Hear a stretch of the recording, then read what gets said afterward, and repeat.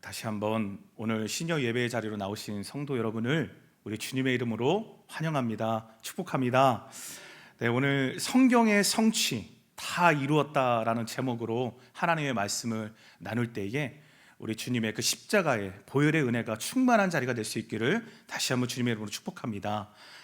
십자가에 못 박히신 예수님께서 딱 7마디의 말씀을 남기셨습니다. 여기 요한복음에서는 그 7말씀 중에서 3가지가 기록이 되어져 있는데요, 그 말씀이 뭐냐 하면 예수님의 어머니와 요한에게 남긴 말씀입니다. 보소서 어머니의 아들입니다. 그리고 요한에게는 내 어머니다. 그래서 그 어머니를 부탁하는 말씀이고, 오늘 본문 28절에 보시면 예수님이 오전 9시에 십자가에 달리시죠. 그래서 오후 3시까지 못 박혀 계시는데요, 거의 마지막 순간 운명하시기 직전에 28절을 한번 보세요. 28절에 보면 그 후에 예수께서 모든 일이 이미 이루어진 줄 아시고 성경을 응하게 하려 하사 이르시되 내가 목마르다 하시니. 아멘. 모든 일이 이미 이루어진 줄 아시고 성경을 응하게 하려 하사 이르시되 내가 목마르다. 예수님이 십자가에서 육신의 고통에 대해 유일하게 남기신 말씀이 바로 목마름입니다. 목마르다. 잘 아시는 엘리엘리 라마 사박다니, 하나님 어찌하여 나를 버리십니까? 이 부르짖음은요, 육신의 고통이 아니라 바로 하나님께 버림받는 고통입니다. 하나님과의 관계가 완전히 단절되는 영적 버림받음에 대한 그 고통을 표현하셨어요. 영적 고통도 엄청난 거죠. 근데 이 육신의 고통은 이게 또 얼마나 아프셨을까요? 여러분, 우리 예수님 고통스러우셨습니다. 참 끔찍하기 짝이 없는, 상상하기도 싫은 그런 형벌을 받으셨는데, 여러분, 로마 사람들이요, 아예 일반적인 대화에서 이 십자가형은 입 밖에도 내지 않는다고 그래요. 이게 너무 끔찍한 그런 사형법이거든요.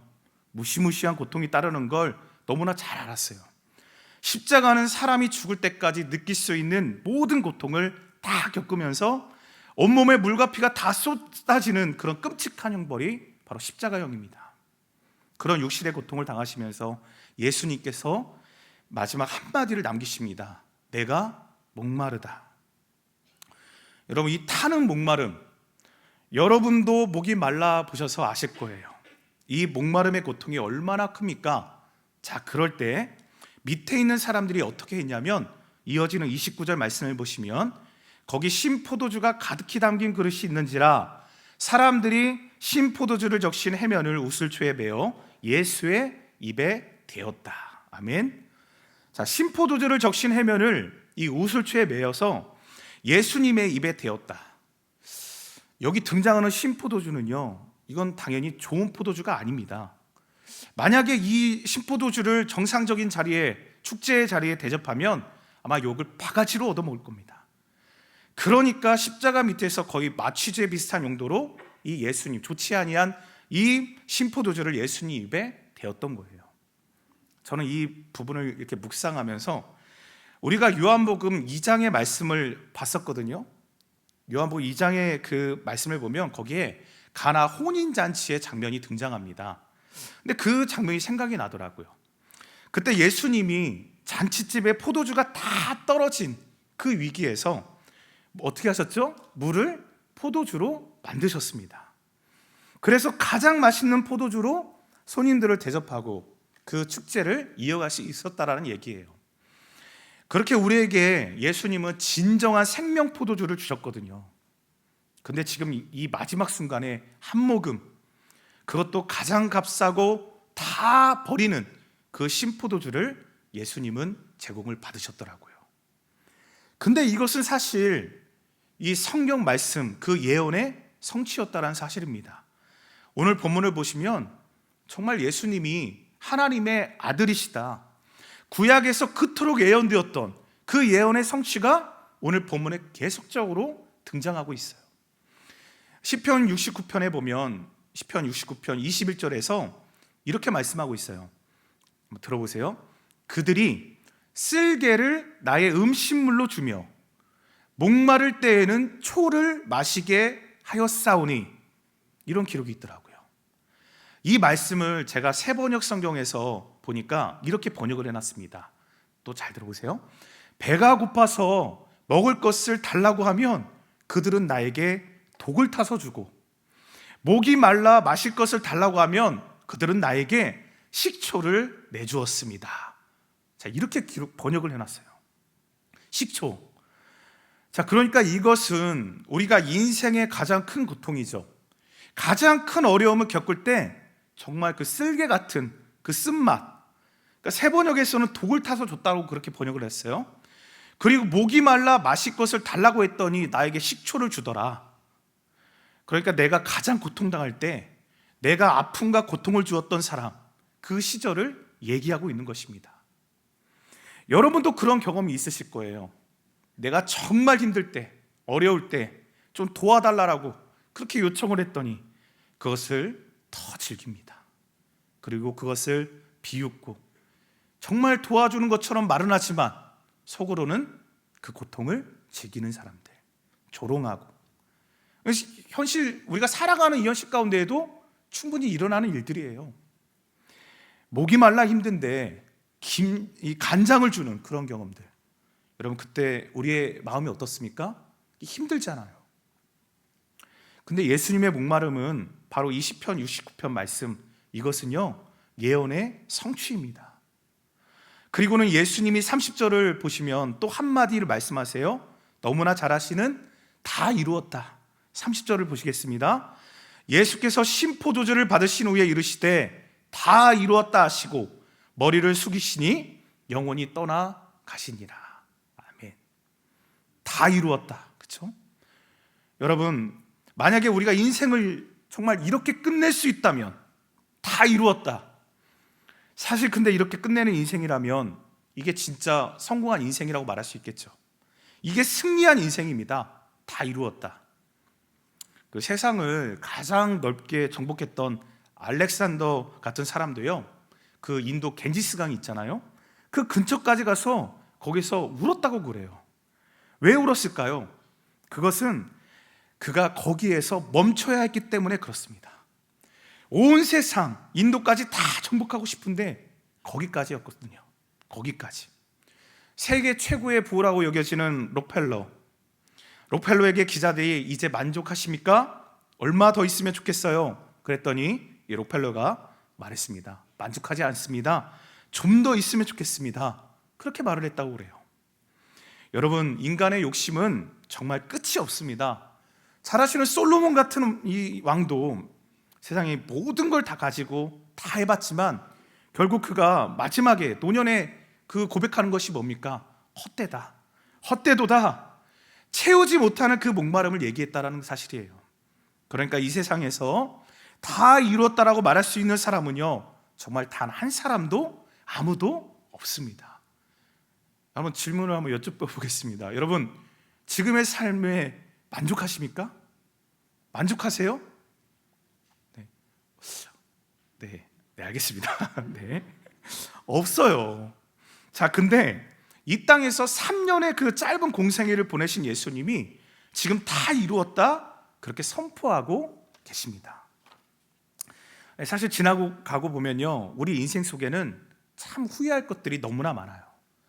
내가 그동안 뭐 했나? 내가 지금 이 시점에서 보니까 나이만 먹었지, 내가 정말 한 게 없구나, 그런 생각 사실 많이 듭니다.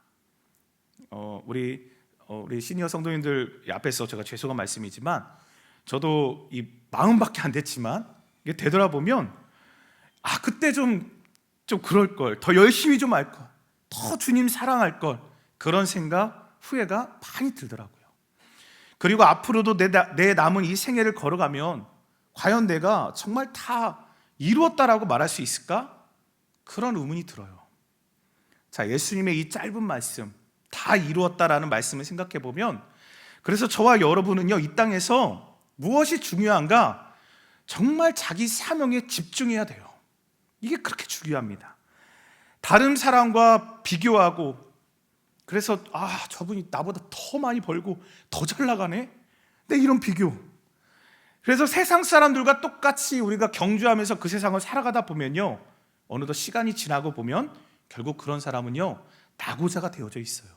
낙오자. 그래서 예수님을 보면서 우리가 깨닫게 되는 것은 참 이 땅에서 그냥 내게 주신 그 사명, 그거 이루면 되는 거구나, 그것을 좀 깨닫게 돼요. 내게 1달란트를 주셨다? 자, 그러면 1달란트로. 내게 2달란트를 주셨다? 5달란트를 주셨다? 자, 그럼 그것으로 인생을 살아가는 거예요. 그리고 이렇게 사는 사명인은 보면 절대 불평하지 않습니다. 내게 주신 것, 난 족하다. 그러니까 하나님이 내게 주신 사명, 그거 충성하면 그게 여러분 인생의 진정한 승리자가 되는 것입니다. 여러분, 진정한 인생의 승리자 되시기를 주님으로 축복합니다. 예수님이 말씀하신 이 다 이루었다라는 것은 하나님의 뜻을 다 이루며 사셨던 거예요. 여러분, 주님께 받은 사명, 그거에 집중하세요. 하나님의 뜻을 이루어드리는 삶이, 다시 한번 말씀드리지만, 그게 진정한 인생의 승리의 삶이에요. 예수님은 자신의 사명을 아주 정확하게 이해하고 계셨고 알고 계셨습니다. 하나님의 뜻, 예수님에게 부여하신 하나님의 뜻이 그게 뭡니까? 예수님이 이 땅에서 하셔야 될 일은요, 바로 저와 여러분을 위해서 죽는 것이었어요. 그래서 그 사명을 지금 십자가에서 이루고 계세요. 다 이루었다. 테텔레 스타이. 여러분, 이 말은요, 이미 많이 들어보셨겠지만 다 치루었다, 다 갚았다, 그런 뜻입니다. 하나님의 뜻을 다 이루시고 우리의 모든 죄값을 예수님이 다 치르셨어요. 저와 여러분이 받아야 될 그 모든 진노까지도 다 받아내셔서 예수님이 친히 이루신 겁니다. 여러분, 그래서 우리가 십자가만으로 충분한 겁니다. 십자가에다가 뭐를 더 필요를 하겠어요? 십자가만으로 충분한 줄로 여러분 믿으시기 바랍니다. 네, 아멘을 크게 하셔야 돼요. 십자가. 그렇게 예수님은 이제 다 이루었다라고 말씀하시고 머리를 숙이시고 그 영혼이 이제 떠나가셨습니다. 여러분, 여기 이 말씀에서 영혼이 떠나가셨다, 이 말씀은 지금 어떤 형태로 쓰였냐면 능동형으로 쓰였어요. 남이 그 목숨을 빼앗아 간 것이 아니라 능동적으로 예수님 스스로 그 목숨을 내어 놓으셨다라는 것을 뜻하고 있는 말씀이에요. 그러니까 지금 빌라도가 죽인 것도 아니고 대제사장이 죽인 것도 아니에요. 오직 예수님이 그 생명을 저와 여러분을 위해서 친히 내어 놓으신 줄로 믿습니다. 그래서 이게 은혜인 거예요. 은혜. 그리고 계속해서 이어지는 31절을 한번 보세요. 이날은 준비일이라 유대인들은 그 안식일이 큰 날이므로 그 안식일에 시체들을 십자가에 두지 아니하려 하여 빌라도에게 그들의 다리를 꺾어 시체를 치워달라 하니. 아멘. 말씀드린 것처럼 지금 예수님이 이제 영혼이 떠나가셨습니다. 죽으셨어요. 그리고 보니까 이날이 언제였냐? 여기 기록하고 있죠. 준비일이었다. 그러니까 유대인들에게 안식일은 몇 요일입니까? 토요일이죠. 네. 안식일의 준비일이니까 여기 31절에서 말씀하는 이날이라는 것은 요일이 금요일을 의미하는 것입니다. 금요일. 그래서 이 안식일을 앞두고 있으니까 이날은 어떠한 부정한 것도 다 제거해야 되는 그런 준비일인 거예요. 누룩도 제거하고 모든 부정한 것을 제거하기 때문에, 특별히 장례식에 있는 시체 있죠, 이런 건 일절하지 않아야 돼요. 치워야 됩니다. 그래서 시체가 지금 십자가 위에 달려 있으면 됩니까? 안 됩니까? 안 되는 거죠. 왜냐하면 십자가는 저주받은 부정한 그런 죽음이니까. 그래서 지금 안식일이 되기 전에 예수님을 십자가에 못 박은 그들이 빌라도를 찾아갑니다. 그래서 빨리 시체를 치워야 된다는 것이죠. 근데 목숨이 지금 못 박은 지 불과 몇 시간밖에 안 지났잖아요. 6시간입니다. 6시간밖에 지나지 않았으니까 숨이 붙어 있잖아요. 그러니까 그게 얼마나 고통스러웠겠어요. 자, 근데 그냥 내리면 또 안 되는 것이죠. 자, 실제로 십자가의 이 처형에 대한 기록을 보니까 어떤 경우에는 어떤 사람은 3일 동안도 십자가에서 죽지 않아서 그냥 매달려 있었다고 그래요. 심지어는요, 일주일도 견딘 그런 경우도 있다고 그럽니다. 그러니까 얼마나 큰 고통을 이렇게 받으면서 죽음을 경험하는 것인지. 네, 그래서 예수님은 이제 6시간밖에 지나지 않았지만 곧 안식일이 시작이 되기 때문에 치워달라. 자, 그랬더니 빌라도가 뭐라고 말을 했겠습니까? 맘대로 해라 그러지 않았을까요? 그래서 32절을 보세요. 군인들이 가서 예수와 함께 못 박힌 첫째 사람과 또 그 다른 사람의 다리를 꺾고, 아멘. 여기 보니까 예수님과 함께 못 박힌 두 사람이 있었습니다. 자, 이들의 다리를 어떻게 했습니까? 꺾었다. 꺾고. 왜 다리를 꺾었을까요? 이것은요, 십자가에서는 이 고통도 고통이지만 가장 힘든 것이 뭐냐 하면 바로 호흡곤란이라고 그럽니다. 호흡곤란. 십자가에 이렇게 그냥 이렇게 매달리게 되면 이 횡격막이 있잖아요. 횡격막. 이 횡격막이 딱 압박이 되어서 이 숨을 쉴 수가 없게 된다고 그럽니다. 그러면 자꾸 꿈틀꿈틀 할 수밖에 없게 되겠죠. 그 꿈틀거릴 때 그 고통이 어마어마한 것이죠. 좀 편안하게 늘어지려고 그러면 숨이 안 쉬어지고, 숨을 쉬려고 몸을 꼿꼿이 세우면 그때는 온갖 고통 다 느껴야 되고, 근데 이렇게 꿈틀거리지도 것도 못하게 하려고 하는 것이 무엇이냐면 바로 다리를 꺾어버리는 겁니다. 그러면 더 이상 숨을 쉴 수 없이 그냥 그 호흡이 중지되게 되는 것입니다. 그래서 다리를 망치로 쳐서 꺾습니다. 근데 30절에서도 봤지만 예수님은 지금 어떤 상태에 계셨죠? 예수님은 이미 영혼이 떠나셨어요. 돌아가셨습니다. 영혼이 이미 떠나가니라. 여기 33절에 보면 예수님 다리를 꺾으려고 보니까 이 사람들이 본 거예요. 이미 죽었구나. 자, 굳이 다리를 꺾을 필요가 없게 된 상황입니다. 자, 그러면 조용히 이제 이거를 예수님의 시체를 내리면 되잖아요. 자, 근데 그때 한 군인이 등장을 합니다. 한 군인이 갑자기 창으로 예수님의 옆구리를 어떻게 했죠? 예수님의 옆구리를 찔렀습니다. 자, 34절을 보세요. 그중 한 군인이 창으로 옆구리를 찌르니 곧 피와 물이 나오더라. 확인 사살입니다. 진짜 죽었나 안 죽었나, 그래서 이렇게 창으로 옆구리를 쿡 찌른 거예요. 자, 근데 이게 나중에 예수님의 못자국과 함께 예수님이 부활하셨다라는 그 가장 큰 증거가 돼요. 진짜 예수님 부활하신 거 맞냐? 내 손을 옆구리에 넣어보고 내 손을 그 못 박힌 손에 넣어보고 믿어라. 자, 여러분 기억나시죠? 이게 누구입니까? 이게 도마죠. 그 도마가 믿지 않았을 때 예수님이 내 손을 내 옆구리에 넣어봐라.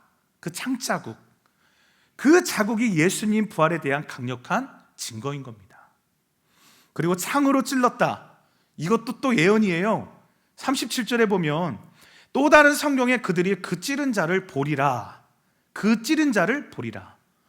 이 예언은 어디에 있는가 봤더니 스가랴서 12장 10절 말씀입니다. 거기에 보면 이 말씀 제가 읽어드릴게요.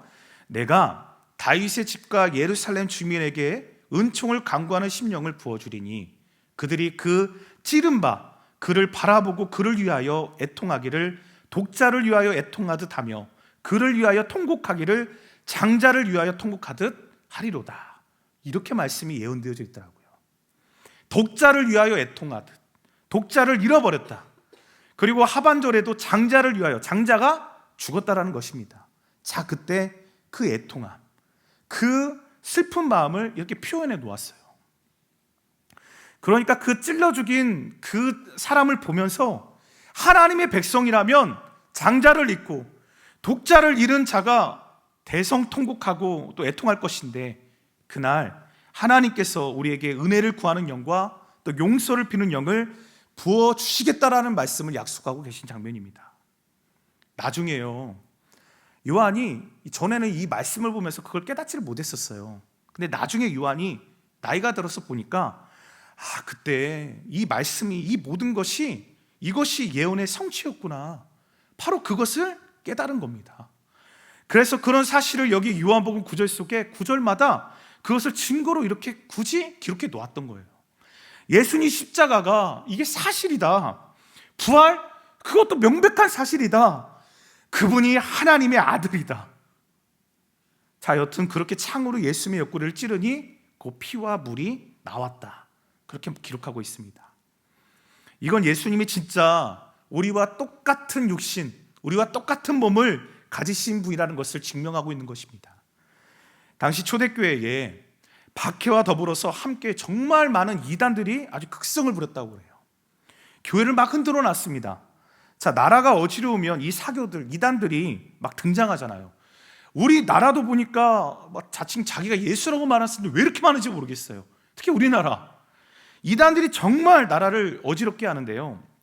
대표적으로 신천지 있고 구원파 있고 수도 없죠. 그런 것처럼 초대교회 대표적인 이단이 어떤 부류였냐면 바로 영지주의자들이었습니다. 영지주의자들. 이들은요, 너무 신령한 것만 추구하다 보니까 신비주의에 빠져버렸어요. 그래서 나중에 예수님이 육체로 오신 것을 아예 부인해 버렸습니다. 근데 사실 그게 철학적으로나 논리적으로 보면요, 그들의 주장이 어떻게 보면 맞는 거예요. 근데 하나님이 육신이 되셨다, 하나님이 사람의 몸을 입으셨다라는 게 이게 사실은 논리적으로 이해가 여러분 되십니까? 우리는 믿음이 있으니까 믿지만 당시의 영지주의자들 또 많은 사람들이 이런 점을 가지고 막 장난을 쳤어요. 예수님 성육신하지 않았다, 육신을 입고 오지 않았다, 그거 가짜다. 자, 그런 환경 속에서 지금 저자 요한이 이렇게 말하는 겁니다. 여러분 35절을 보세요. 우리 함께 한번 읽어보겠습니다. 35절 시작. 이를 본 자가 증언하였으니 그 증언이 참이라.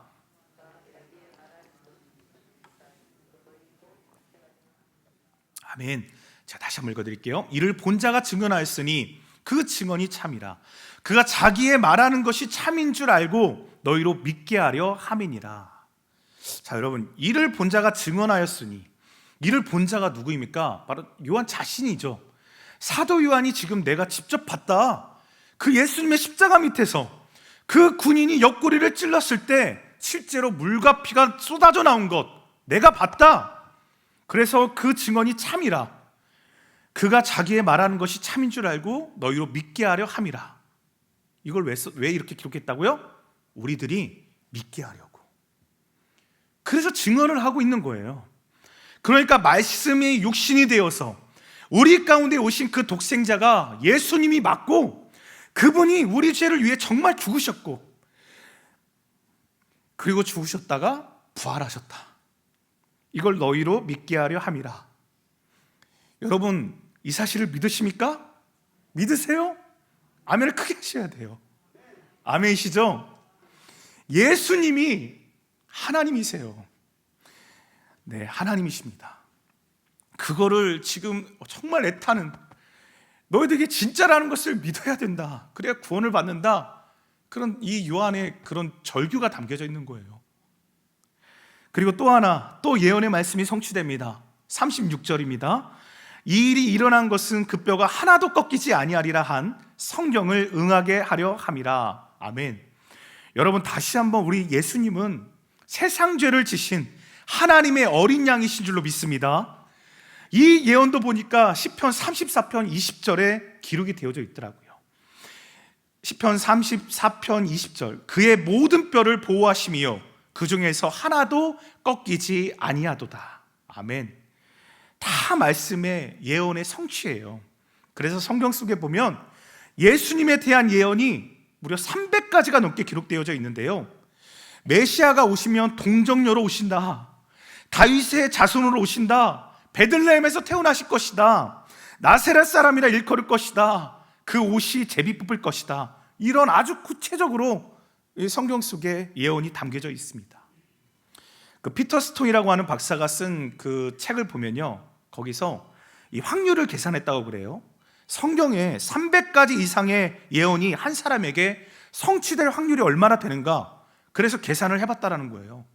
자, 한 사람에게 이 예언이 다 이루어질 수 있는 그 수학적 확률이요, 여러분 10의 17승분의 1이라고 그럽니다. 10의 17승분의 1. 이렇게 한번 좀 그려보세요. 동그라미가 계속 있는 거예요.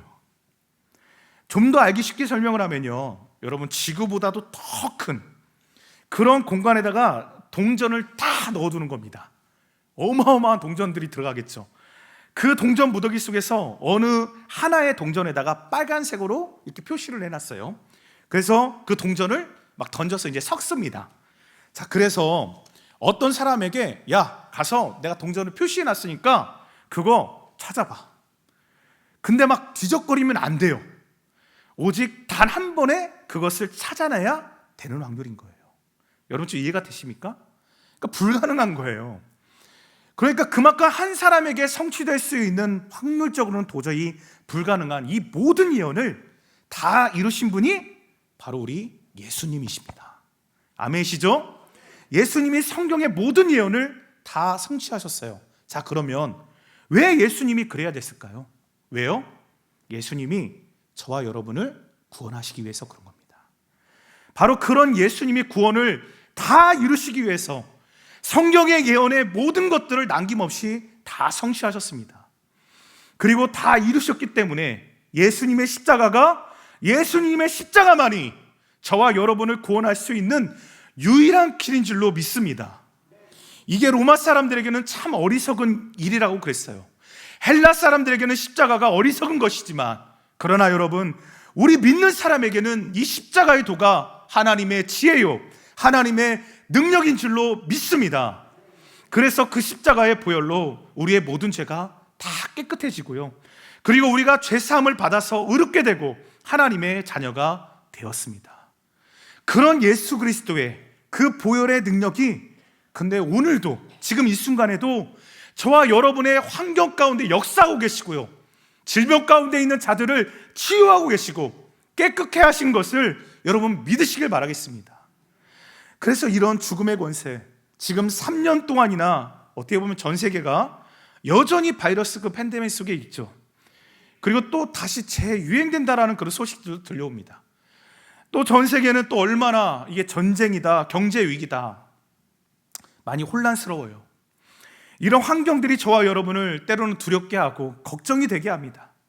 그러나 여러분, 성경의 모든 예언을 다 성취하시고 십자가에서 모든 것을 다 이루신 우리 주님께서 여전히 살아계시고요, 여전히 이 세상의 역사의 주관자가 되시고 운행하고 계신 줄 믿으세요. 살아계십니다. 살아계세요.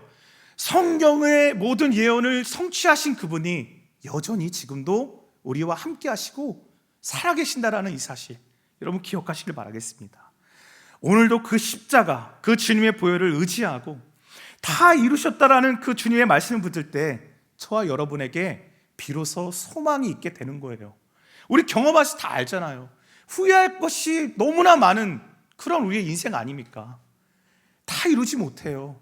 소망이 있으리라고 이렇게 우리가 계속 강구하지만 그러기가 쉽지 않은 세상입니다. 그렇지만 여러분, 그래서 우리가 십자가로 충분합니다, 십자가만이 우리의 답입니다, 이런 고백을 드릴 때 우리 인생에 비로소 그 충만한 기쁨과 평안이 있어지게 된다는 것입니다. 그래서 십자가로 충분한 겁니다. 그걸로 충분해요. 이 세상 더 가지려고 하고 더 욕심내는 우리의 것들, 그 목마름들 있으시잖아요. 이 시간 다 내려놓으세요. 내 가진 것들이 내 자녀가 우리의 소망이 아닙니다. 그걸로 채워지지 않아요. 이제 그러면 우리가 어떻게 살아야 되겠습니까? 우리를 위해서 이렇게 구원의 은혜를 허락하신 주님 앞에 여러분 어떻게 살아야 돼요? 이미 우리는 답을 다 알고 있어요. 이제 십자가로 살고 나를 구원하신 예수님만을 위해서 살기로 결단하는 저와 여러분 될 수 있기를 축복합니다. 다시 한번 성경의 예언을 성취하시고 십자가에서 모든 것을 다 이루신 우리 주님만이 우리의 소망인 줄로 믿습니다. 그래서 이제 십자가만을 의지하시고 자랑하시고 욕심으로 싸워 살지 않고 또 내게 맡겨진 사명을 이루면서 충성된 하나님의 사람으로 살아가서 예수님처럼 승리하시는, 다 이루시는 그런 저와 여러분의 인생 되시기를 좋으신 우리 주님의 이름으로 간절히 축복합니다.